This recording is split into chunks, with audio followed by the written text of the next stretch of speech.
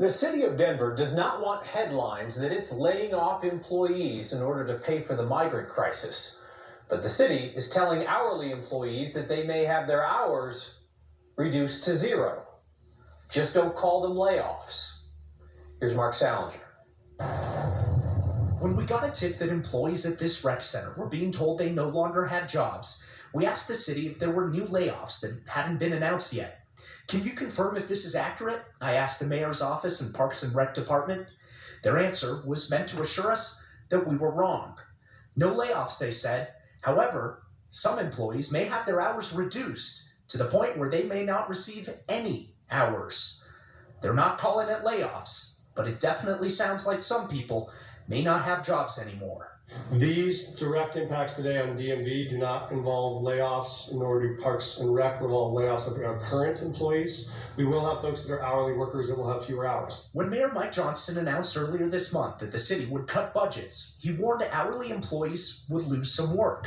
Now we know they could lose all their work. I don't want to hide the fact that this matters a lot to those people that are on the front lines. The Parks and Rec department tells us everyone from front desk workers to coaches to lifeguards are considered on-call employees that could be impacted by these cuts. The department has been told to cut $4.3 million to help the city pay for the migrant crisis. Johnston said today it hasn't been decided which jobs will have their hours cut and by how much. We have not made any final decisions yet on cuts on the ones that we announced already. And so all of our departments, all of our agencies, we're going to have to find a way to prioritize. Employees who have had their hours reduced to the point where they aren't earning enough money to still work are allowed to apply for unemployment benefits in the same way as if they were laid off. Information posted on the state's website indicates they would be eligible to receive unemployment benefits from the state. The mayor also hinted today that the city will be reducing the services offered to newly arriving migrants. Kyle, although he didn't offer any specifics, he said that that would be coming sometime in the next couple of days. I understand why it's not technically a layoff, but it is essentially a layoff. If you're working 35 hours a week, you get taken to 0 hours a week and you can apply for unemployment. This honestly reminds me of under the Hancock administration when they would do homeless sweeps and they would tell journalists in town, don't call them sweeps, we like different words. Sure, if you don't have a job, I mean, when you boil it down, if you say, hey, I'm earning enough money for 35, 40 hours a week and now you're earning 0, it feels like you lost your job. And today, the Johnson administration, we've talked a lot about House 1000, the mayor's efforts to bring people inside, solve homelessness. They are now rebranding that. It is no longer House 1000. I have to look at what it is. It's called All In Mile High now. All in Mile High. We're told it's the same priorities, same way how it operates. It's just now not House 1000. It's All In Mile High. It's tough to keep up with the words that they want us to use on the news. It's a good thing we don't actually do that. All right.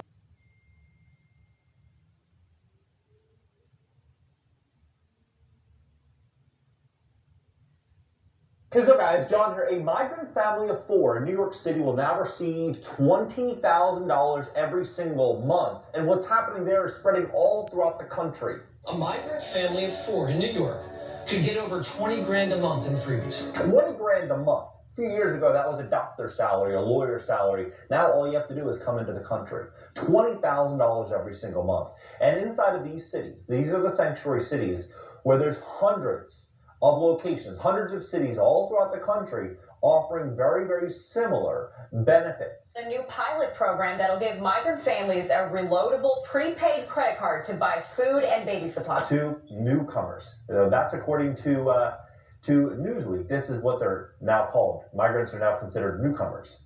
Now, when you look at what's happening here, for example, in New York City, they're offering top-tier government jobs to migrants. Top-tier government jobs. This isn't my opinion. She says it. Just in every corner of the state.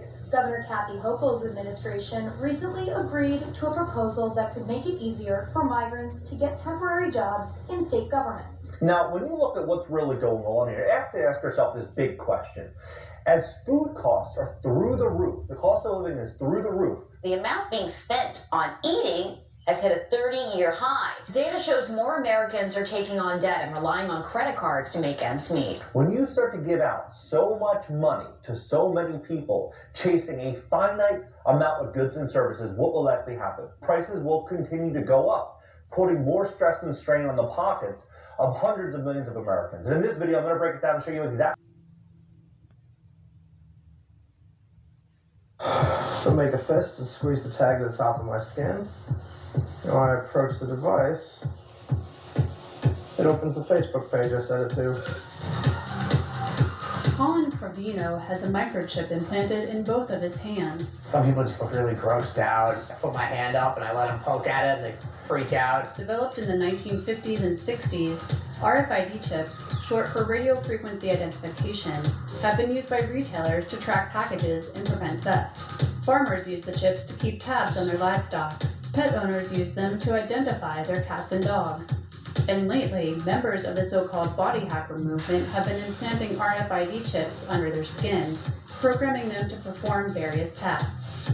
Colin Provino, a smartphone repairman in Brooklyn, New York, uses his chips to open his front door. He found them on a website called Dangerous Things that sells implant kits and offers user tips. I came across it when I was doing research on the Samsung deadbolt that I bought. And then the first thing that I noticed was that I could get an RFID tag that would work with the deadbolt. Provino plans to modify one of his motorcycles next. And I haven't decided on where I want to put the authenticator, the antenna, thinking probably down by the seat somewhere, because this comes off, so I would just tap my hand on it, then the light would come on as if I put the key in, and then I would just hit the ignition and start the vehicle. RFID retailers estimate that between 30 and 50,000 people worldwide have chip implants in their bodies. German tech consultant Andreas Sjöström used his chip as a boarding pass on a recent flight from Stockholm to Paris, and to get into an airport VIP lounge. Skeptics say the implants raise privacy issues and worry that strangers could tap into the information on a chip without the owner's knowledge.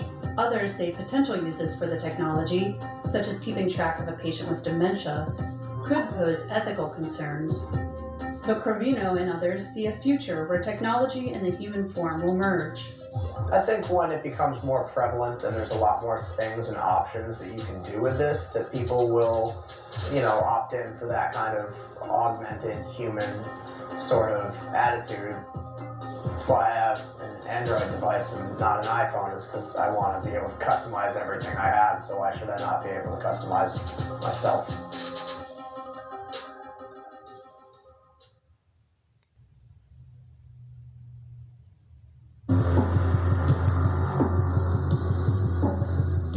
Soon you will be able to pay for groceries at every Whole Foods in the U.S. with just a swipe of your hand. Amazon says that the home technology will be at all of those stores nationwide by the end of the year. Customers just have to hover their hand over the device to pay.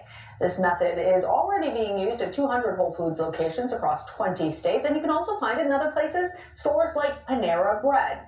Hardware editor at TechCrunch, Brian Heater, joins us now. Brian, let's just start off. Tell us how this technology works. Sure. So in terms of the actual enrollment process, the first time you go to one of these Amazon One locations, you wave your hand over it. That will enroll you in the program, and then you associate that with a credit card that you have on file. In terms of the actual underlying technology behind it, it's not actually getting a read of the palm itself, which I think is what most people expect. It's actually taking a look at the vein patterns underneath your hands, which Amazon is effectively saying is a way to do this kind of biometric identification without actually giving any identifying information away. That's fascinating. I mean, I think anybody who hears this story immediately goes to questions about safety, privacy, the data that's being collected. Amazon has been criticized in the past for some of the data that they collect, and whether they have properly notified consumers about that. What safeguards is Amazon taking? Sure. Well, the primary one is all of this is going through Amazon's cloud servers. So this is encrypted information. Amazon has generally done a good job of protecting privacy through the cloud itself. I think one of the sort of bigger concerns around this specifically is that unlike the biometric data that you're giving on your phone, for example, that's stored locally on the device itself, but this is going up into the cloud. So theoretically, somebody could potentially grab that data, but it's intensely difficult. When they heard Yahushua preaching the word of God, they would stand there, they wouldn't understand, and they would walk away. But the brothers and sisters that had patience, which patience means long suffering, they waited for him to break it down, to get that knowledge and wisdom of the holy book. In the holy book of Matthew chapter 13, verse 13. And the reason I use parables in talking to them is that they look but do not see, and they listen but do not hear or understand. So the prophecy of Isaiah applies to them. This people will listen and listen but not understand.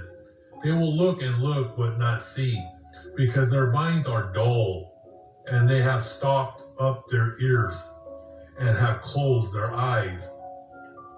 Otherwise, their eyes would see, their ears would hear, their minds would understand, and they would turn to me, says God, Yahweh, Bahashem Yahushai, and I would heal them. For verily I say unto you, that many prophets and righteous men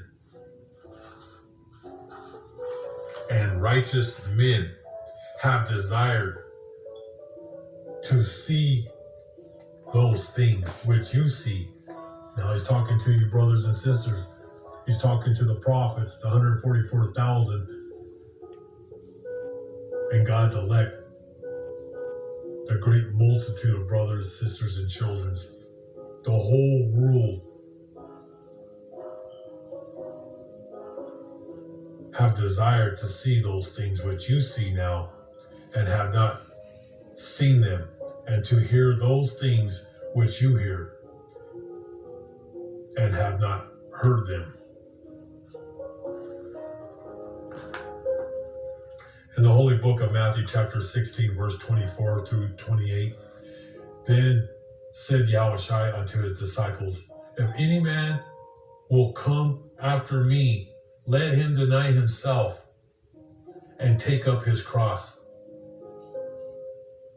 and follow me. For whosoever will save his life shall lose it, and whosoever will lose his life for my sake shall find it. For what is a man profited if he shall gain the whole world and lose his own soul? For the Son of Man shall come in the glory of his Father Yahweh with his angels, and then he shall reward every man according to his works.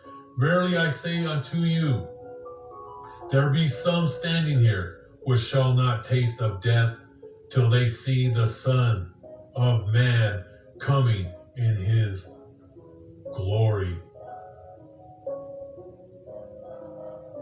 in his kingdom. Like I said, this is a test of good against evil. We're going into a one world order. And the game plan is to make you lose everything, to bankrupt every American.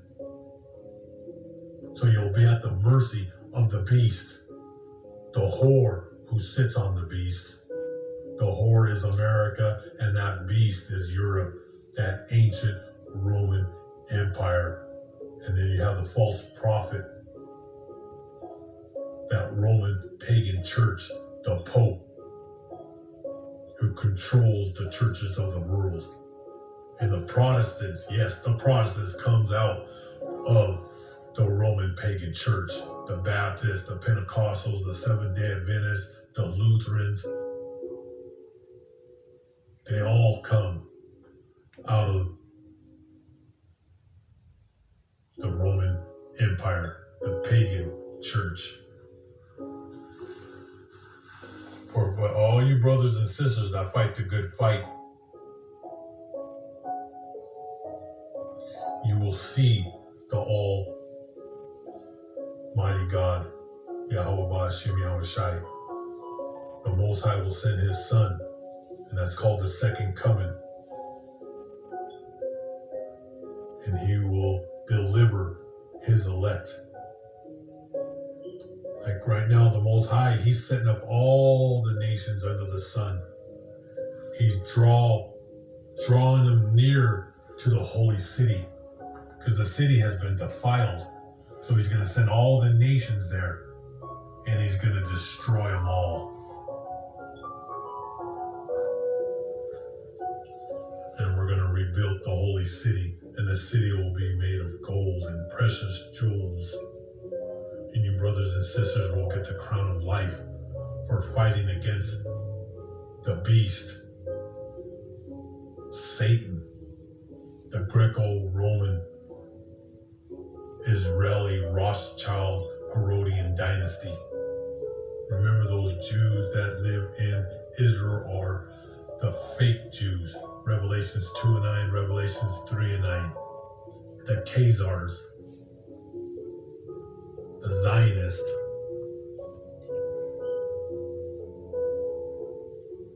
For the Son of Man shall come in his glory of his Father Yahweh with his angels, and then he shall reward every man according to his works. Verily I say unto you, there be some standing here which shall not taste of death. And that's a lot of you brothers and sisters. Some will die, but God will hand you, you'll go to the spirit rule, he'll give you a new body, you'll have a white robe, and then you're going to come back down with him in the second coming. And there'll be brothers and sisters that are on earth that didn't get killed. And that's when he comes back to pick you up before he destroys the whole world in fire. The holy book of Revelations, chapter 13, verse 16 and 18. The beast, America, the European Union, NATO, mark a stamp, imprinted mark, incision. Revelations 13, verse 16. And the beast forced all. The beast forced all. The beast forced all the people, small and great, rich and poor, slave and free, to have a mark placed on their right hand or on their foreheads. And no one could buy or sell unless he had this mark, that is the beast's name, of the number that stands for the name. This calls for wisdom, and whoever is intelligent can figure out the meaning of the number of the beast. Because the number stands for a man's name. Its number is 666.